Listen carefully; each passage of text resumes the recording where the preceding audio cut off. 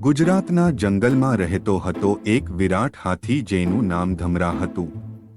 જંગલનો રાજા ગણાતો ધમરા હંમેશા અકડ અને ગૌરવથી રહેતો. એક સવારે નદીએ પાણી પીવા જતા એક નાનકડા ઉંદરને જોઈને ધમરાએ તેની સૂંઢ વડે પાણીનો છંટકાવ કર્યો.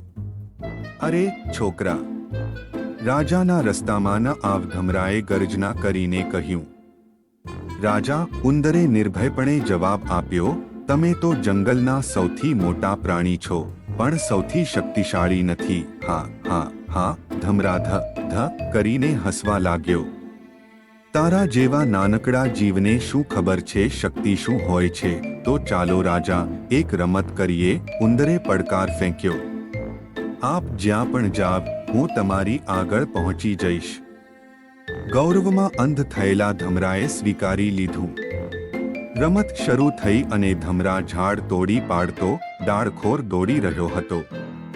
નાનકડો ઉંદર પોતાના નાના હોવાનો ફાયદો લઈને ઝાડની ડાળીઓ પર ચડી, નદીમાં તરી અને જમીનની અંદરની છેદ કરીને પહેલા જ પહોંચી જતો. એક પછી એક ઘણા બધા સ્થળોએ હાર ખાઈને ધમરા થાકી ગયો.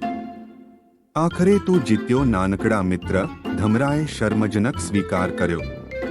રાજા, ઉંદરે કહ્યું, બળ કરતાં ચાલાકી અને મહેનત વધારે કામ આવે છે. ઘમંડ ક્યારેય સારો નથી. પણ રાજા, ઉંદરે ધમરાના કાનમાં કંઈક કહ્યું.